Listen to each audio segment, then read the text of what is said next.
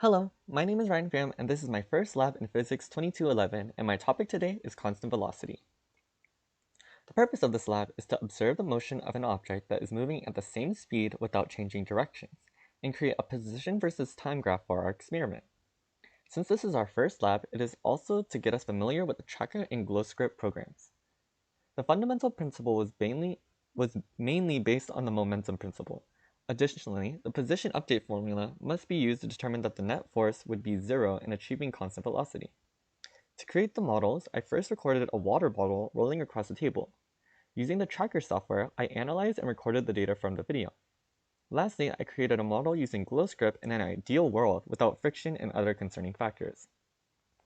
Ultimately, this resulted in me declaring that the object moved at a relative constant velocity since the graphs produced by both softwares were similar in that they both had constant slope. Here's the video I used for this experiment, which showcases my water bottle moving at a relatively constant velocity across the table.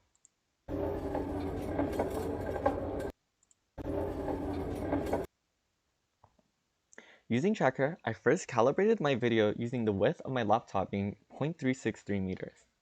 I then placed the axis at the starting point of my experiment in order to create a point of origin.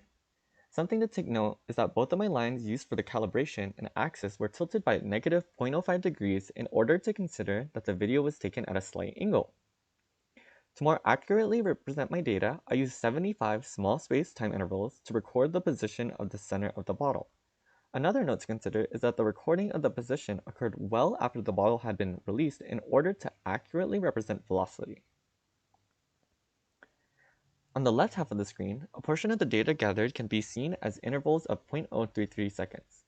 With the help of Tracker, I was able to find my initial position vector of 0.001979 meters and my initial velocity of 0.387 meters per second in the positive x direction. The total duration recorded of the object was 2.503 seconds, and the total displacement of the bottle was 0.97 meters. The most important thing to take note about our experiment is that we are assuming we are living in an ideal world where the surrounding forces do not affect the system, which would be the water bottle. This means we pretend as if there is no friction or air resistance when calculating our net force. As we are looking for our object to be at a constant velocity, the net force of the surroundings acting upon the object must equal zero. Since the force of gravity and force normal are equal and opposite, they would cancel out to zero. Additionally, the object is not experiencing any additional force in this ideal world since it is no longer being pushed. Therefore, adding all of these forces together results in a net force of zero. The momentum principle can be used to find our final velocity of the bottle. Because we distinguished that our net force would be zero, the entire right side of our formula would equal zero. This means that we are left with our initial velocity being equal to our final velocity.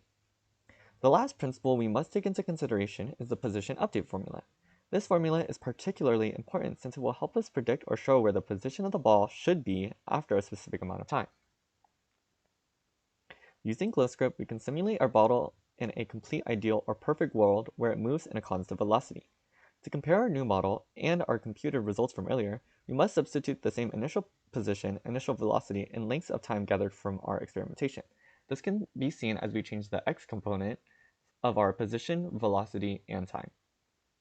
Additionally, we must update our final velocity and final position equations using the momentum principle and the position update formula. When the program runs, the following graph is produced and our results show that our final position is relatively the same as the same point of time that the object experienced during the experiment. In conclusion, the model from GlowScript and the data from the tracker are almost the same as they had the smallest displacement of 1.2 times 10 to the negative third.